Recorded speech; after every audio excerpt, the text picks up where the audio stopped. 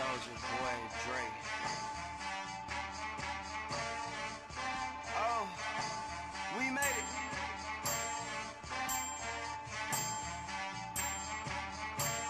Turn me up just a little bit in the headphone.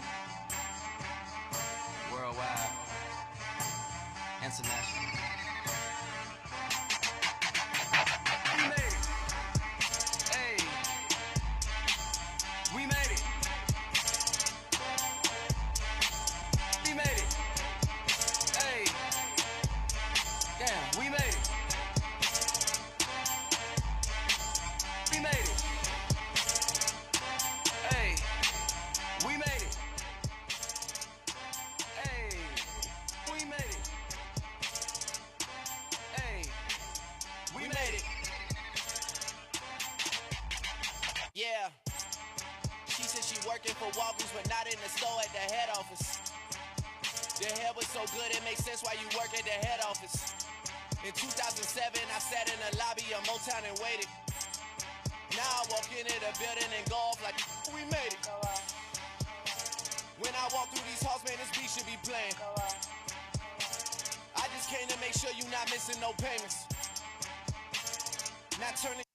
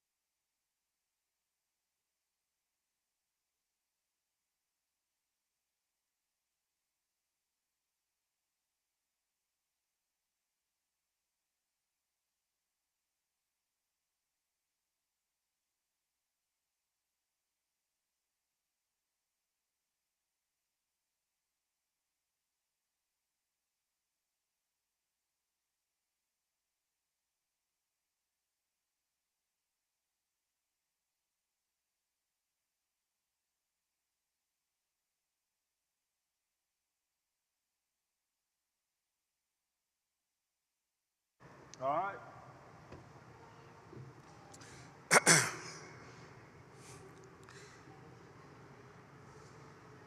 Folks, let's give a round of applause to our Chief Administrative Officer, Lincoln Saunders. And let's thank those who are part of our pre-program, the Richmond Police Department and Richmond Fire Department, for the presentation of colors. Council President Mike Jones for the invocation. Oral Gardner, one of our great employees of the national anthem.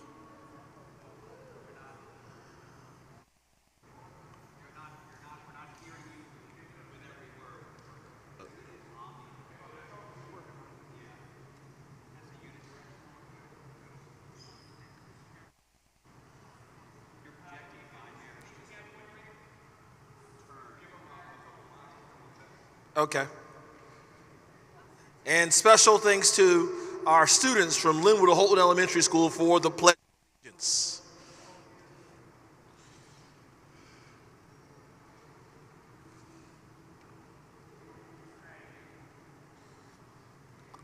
Honorable members of City Council, members of the General Assembly, distinguished community leaders, residents of the City of Richmond, good evening.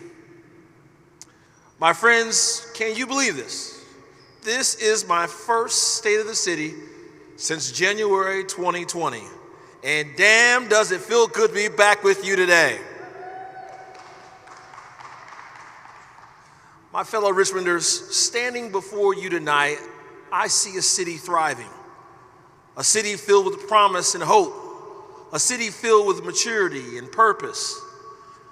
During my tenure as your mayor, our great city has seen population growth, economic growth, and cultural growth. We have more tools at our disposal than ever before. We have more programs and resources. We have more community and accountability. We're becoming a more efficient and effective government. Today, our team, City Council, city employees, and our community partners is the strongest it's ever been. Business is booming. Our financial house is in order. Our streets are cleaner and our communities safer and healthier. In our quest to be the best city, in our quest to be the best city we can be, Richmond is winning. And our work continues. As you know, Richmond was once the capital of the Confederacy, which in the past meant someone who looked like me could have been arrested or even killed for making eye contact with the wrong person. And when I took office in 2017, our city was still honoring its symbols of hate, oppression, and division. Well, not today. Today, Richmond is free of Confederate monuments. See, our past is no longer leading our present. Now we are leading our future, a future that includes all Richmonders, no matter the color of their skin, whom they pray to, or whom they love. And we will protect them all. We will fight relentlessly for stronger gun safety laws, advocate against any attempt to restrict access to safe and legal abortions, and stand up to hate in all its forms. We will continue to make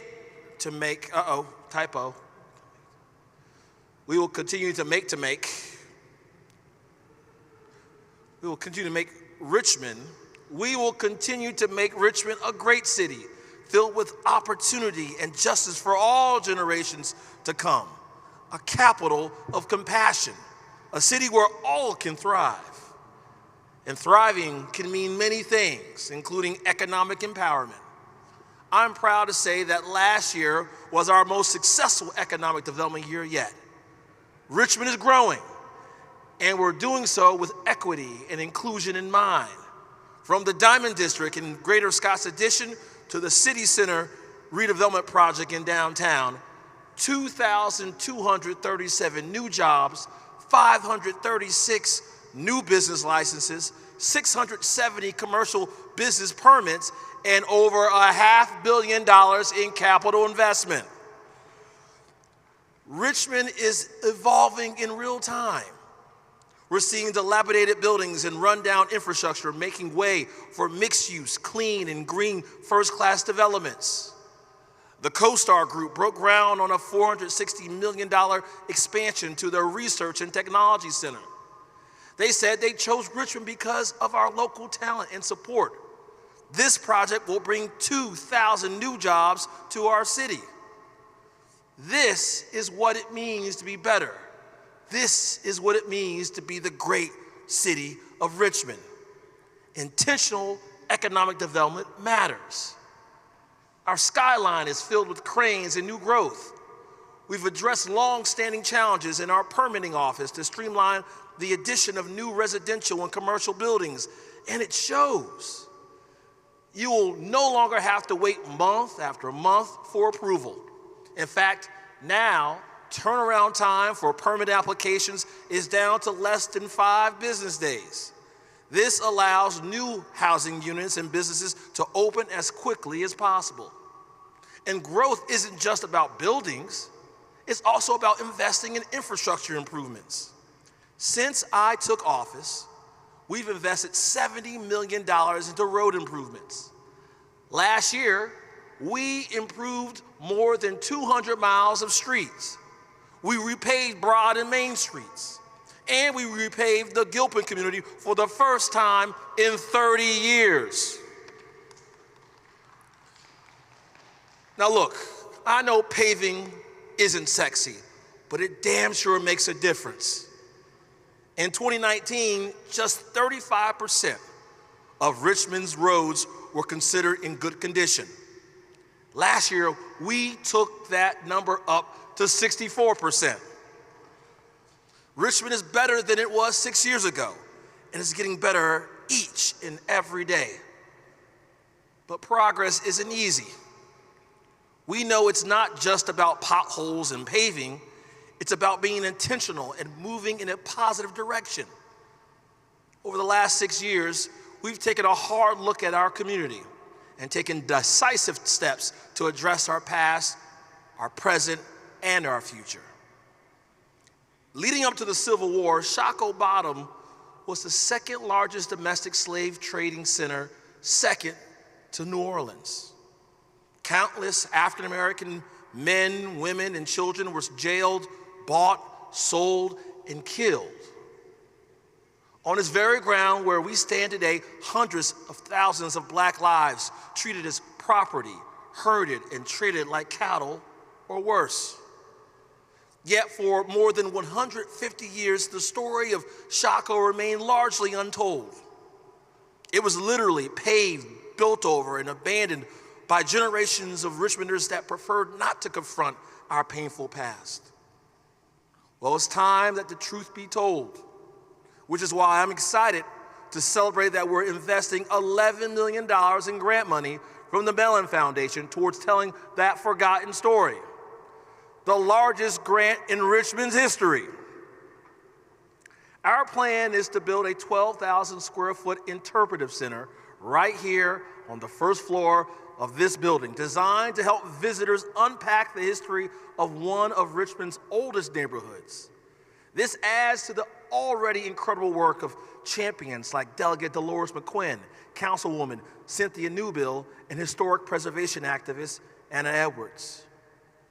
This step, along with our investments in the Shockoe Heritage Campus, proves that Richmond is finding a better way forward. And not just when it comes to our history with race. Tonight, I'd like to also take a moment to celebrate Richmond's Municipal Equality Index score. This is the Human Rights Campaign's national measurement of a locality's commitment to supporting and protecting their LGBTQ residents.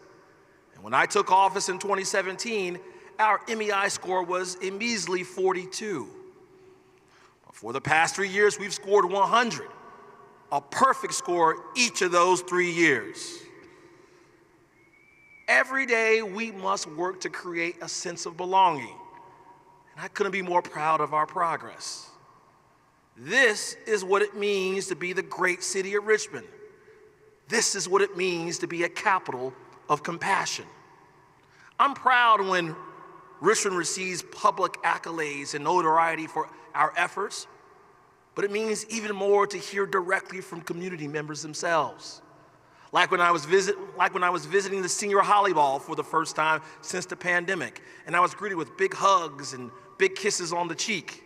Or when I was visiting Mary Scott Preschool just last week, and one student wrote me a card that said, "I love you, I wish you well, I like salad with chicken, do you?" Well, the answer to that question is yes, I enjoy chicken with my salad. But in all seriousness, we all know that we have countless families in our community who need help, but just aren't getting it. Over the last 6 years, we've reduced the poverty rate from 26 to 19%, but we must not stop there. That's why I am so proud of the success of our Guaranteed Income Pilot Program.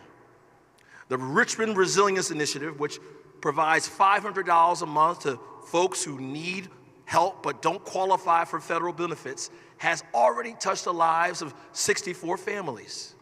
For example, one woman in the program is a black single mother with a master's degree who is currently working to become a licensed clinical social worker. She said the program helps her provide food and daycare, pay her daughter's medical expenses, and ensure stable housing and transportation. Providing help to Richmonders like her is what this administration is all about. Real people, real problems, and real solutions. Finding a better way. And as you may know, my dad was a custodian when he died of heart disease at age 49. He was a former felon, a former offender, a returning citizen. My dad had countless doors slammed in his face when he was looking for work, but he never quit. He's one of the reasons I've always been such an advocate for second chances. That's why I'm so pleased to announce that thanks to the great success of the Richmond Resilience Initiative, we have allocated $250,000 to the organization Help Me, Help You to launch a new guaranteed income pilot program for returning citizens. It will be the first of its kind in the Commonwealth of Virginia. Now, later in life, my father became the head of maintenance at a high school. He was beloved by the students, by the staff, by the faculty. And even though my father never graduated from high school, he knew the power of public education. He believed it was the great equalizer. He believed that it would change the trajectory of my family. I can remember when my brother and I were young, and some parents read fairy tales to their kids at night. Well, my dad would tell us a story about kids that went to college.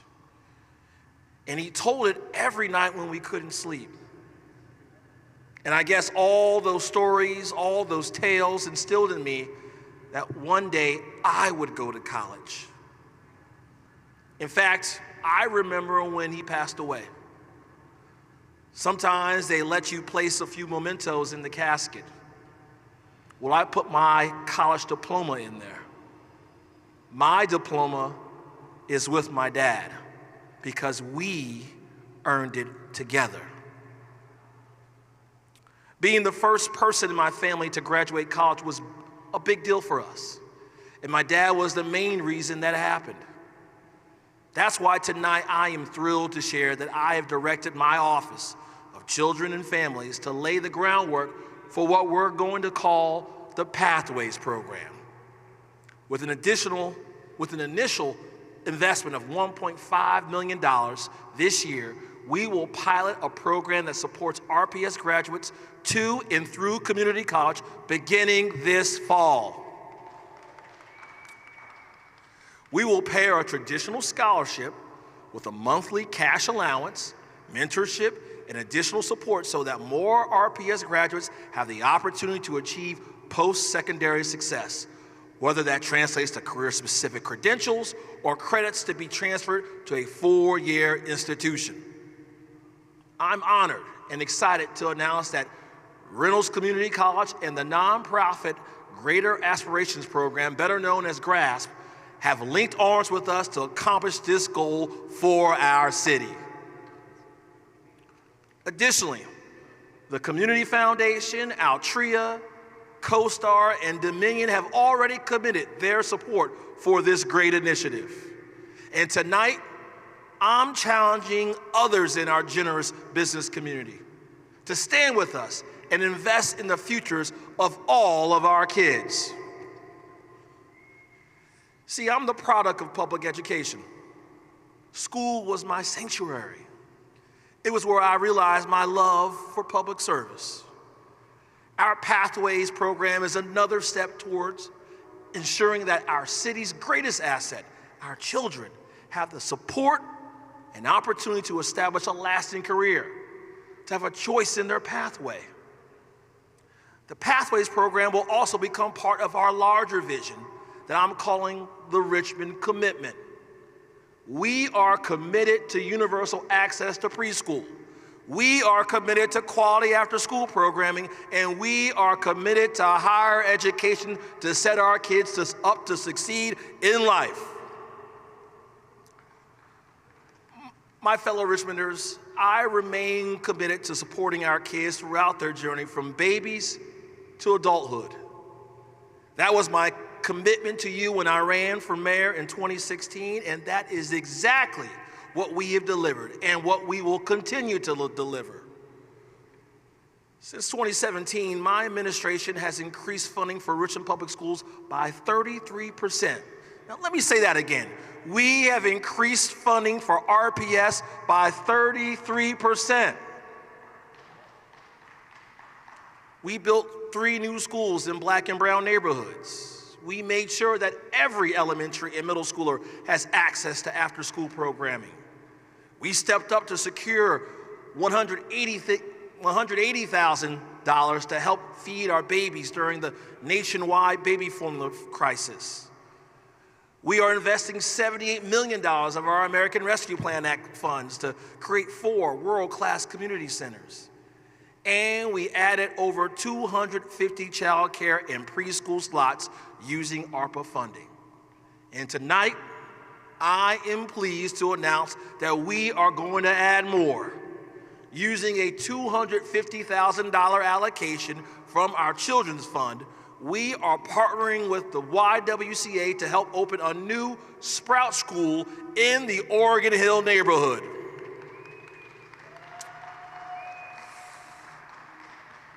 Sprout Schools provide full-day, high-quality early childhood education for children aged 2 months to 5 years, regardless of income status. This new school will be able to serve an additional 60 kids, and I cannot wait to join the YWCA to open this school this coming summer. Thank you, YWCA. I'm proud of the work we have done to support our children and families. But we also know that we need to do more to expand child care access and build new schools. We need to build affordable, safe, and quality housing too.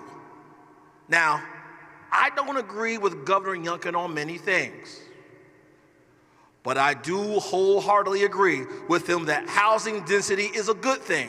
We need more homes, period.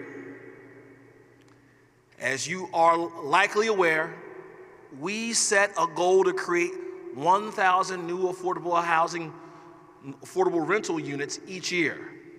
That's 10,000 by 2030, and we are making good on that commitment. Last year, we released $10 million in ARPA funding, resulting in over 1,000 new affordable housing units. And just last week, we released another $8 million for affordable housing development and preservation, for which applications are due on February 14th. But we aren't stopping there. In fiscal year 2023, we increased the funding for the Richmond Eviction Diversion Program by 50%. And since its inception in late 2019, it has already prevented 1,500 households from being displaced. We've also recently allocated over $4 million to assist those experiencing homelessness and to help folks get into stable housing. And as a capital of compassion, I'm proud that our city invests more money and resources for the unhoused than any other locality in the region. Last November, we announced $18 million worth of tax rebates for qualifying Richmond residents, also known as our 5-Back initiative. And we're currently advocating for a bill in the General Assembly that will protect long-term residents from rising property assessments. This is something our administration takes very seriously, and it is part of every decision we make. It's also something I care about personally. Growing up, we lived paycheck to paycheck. The opportunity to own a home and create generational wealth was never really in the cards for us. Unfortunately, many Richmonders are in that very same boat. This administration is committed to ensuring that all Richmonders are afforded the opportunity to create generational wealth through owning their first home. However, as I recently shared at the U.S. Conference of Mayors, cities are facing a new challenge. Private, out-of-town investors are buying huge swaths of historically owner-occupied single-family homes, and and either flipping those properties into rental units or selling them at a huge markup. Look, it's happening all across our city, from the Fan to Churchill to Highland Park and the Blackwell community. And of course, our low-income residents are the hardest hit. We're seeing 1 in 5 homes sold to outside investors that have access to quick cash that the majority of our residents just do not. These transactions are both skewing the market and limiting supply for new homeowners, which is why I've tasked my administration, working with the Richmond Redevelopment and Housing Authority and other community partners, with the goal of creating 2,000 new home ownership opportunities for low-income Richmonders by 2030. We will allocate $2 million for this effort. And in the coming months, we will finalize our plan of action, which will not only focus on building, preserving, and protecting homes, but on creating sustainable home ownership opportunities for families through down payment assistance programs and financial empowerment education. The cornerstone of a thriving community is safe neighborhoods and safe streets. In Richmond, that means we have to be tough on crime and tough on the root causes of crime.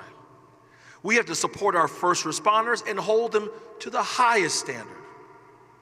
And in order to ensure that policing in our communities is done safely, fairly, and with accountability, we also created Richmond's first civilian review board. And we remain committed to working alongside council until it's operational. We've allocated $22 million in pay increases for our police officers and firefighters, the most significant pay increase ever for our first responders. Between the police department, the fire department, and the Department of Emergency Communications, we've invested over $177 million to public safety in fiscal year 2023, the largest investment in Richmond's history. But our police department, like departments all across this country, is still short on officers, meaning our police department must work strategically to keep us safe. Which is why I'm thrilled to announce we've received a $750,000 grant from the Commonwealth of Virginia to launch Richmond's first real-time crime center. And I'd like to thank Secretary of Public Safety Mosier and Governor Youngkin for their assistance with this effort. Now, I told y'all, when it comes to public safety, we're gonna throw the entire kitchen sink at it. And this is what the kitchen sink looks like. Now, think of this as an air traffic control for officers in the field. Using cameras and other modern technology, real-time crime centers have the ability to maximize the efficiency and speed of investigations. From Las Vegas to Miami, real-time crime centers are a force multiplier, helping lock up violent offenders and locate illegal guns. This isn't officers relying on hunches. These are all things that have been proven to work. Birmingham, Alabama was able to solve 150 cases, including homicides, in the first 6 months because of the innovations made by an RTCC. Now, I'm proud that efforts of our officers and community working together resulted in a 34% decrease in homicides last year, one of the largest reductions in the nation. But 59 homicides are still 59 too many. So we're going to do more.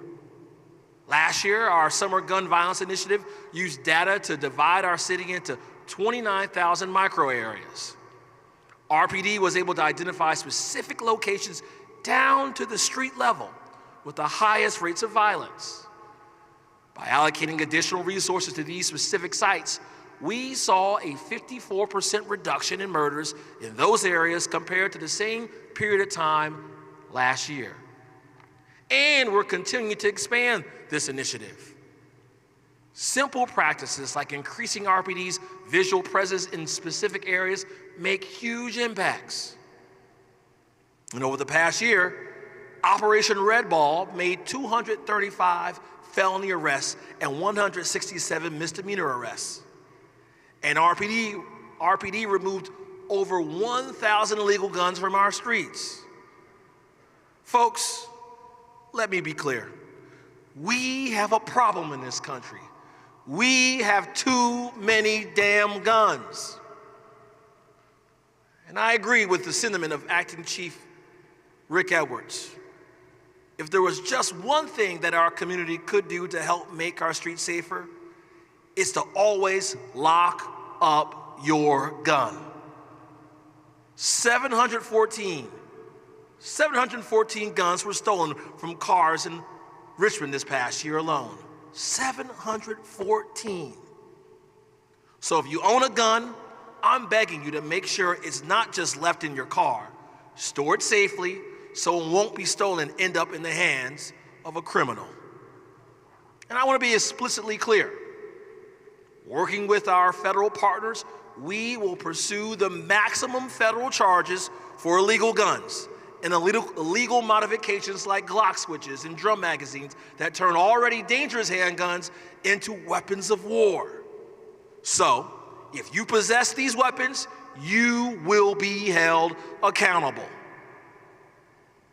But we aren't stopping just there. We're also addressing the root causes of crime. Take our gun violence prevention intervention framework. At its core, it is more than data-driven practices to reduce gun violence. It's lifting up our communities and building stronger relationships. It's creating the first ever positive youth development fund with Next Up RVA, $1.5 million in funding for community-based after-school programming. We're providing alternative responses to mental and behavioral health calls for service, also known as Marcus Alert. We're also addressing blight, creating new green spaces in parks, and installing new street lights. This is what it means to be the great city of Richmond. We're going to be intentional, we're going to be results-oriented, and we're going to be better than we've ever been before. But public safety isn't just about violent crimes. I'm saddened to say we had a record high of 28 vehicle fatalities last year, which is 28 too many. To help address this issue, RPD has identified areas in each of the city's 4 precincts where crashes are more likely to occur. And last month, began a 90-day campaign to reduce aggressive, impaired, and inattentive driving. We remain committed to improving pedestrian and traffic safety through engineering, education, and enforcement as we implement the city's crash reduction initiative called Vision Zero. RPD is also planning to partner with Virginia State Police to create sobriety checkpoints throughout our city. I mentioned earlier, we have the strongest team we've ever had. And I'm blessed that I get to serve the amazing city with over 3,000 dedicated public servants. And it shows each and every day that our city workers are committed to making Richmond's future brighter. And they all deserve our appreciation. Let's give them a round of applause again, y'all. See, our North Star is to become an employer of choice, where employees are highly skilled, diverse, fairly compensated, and rewarded for their efforts.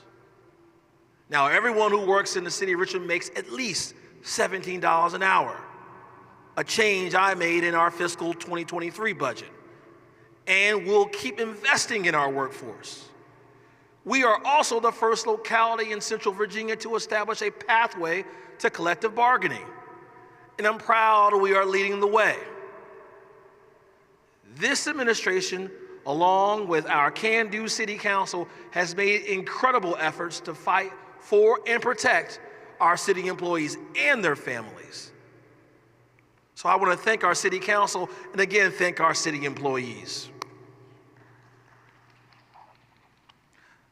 My fellow Richmonders, despite a global pandemic paired with social and economic upheaval, we are experiencing much more than a comeback.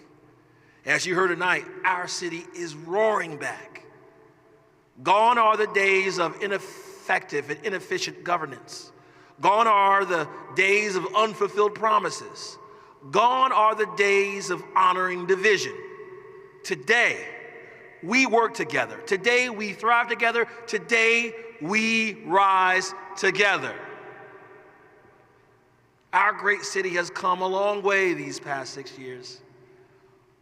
But I say our best is yet to come. Thank you for joining me tonight.